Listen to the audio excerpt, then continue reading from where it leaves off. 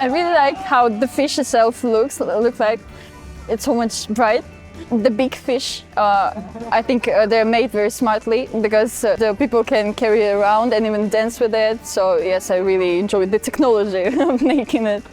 It was actually amazing. It's good experience. I think this is an important part of Chinese culture. That's why I like it.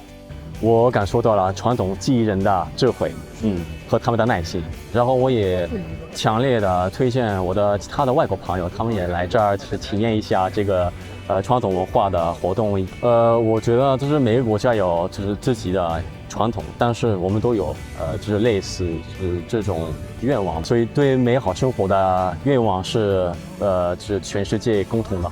蛇年大吉，年年有余。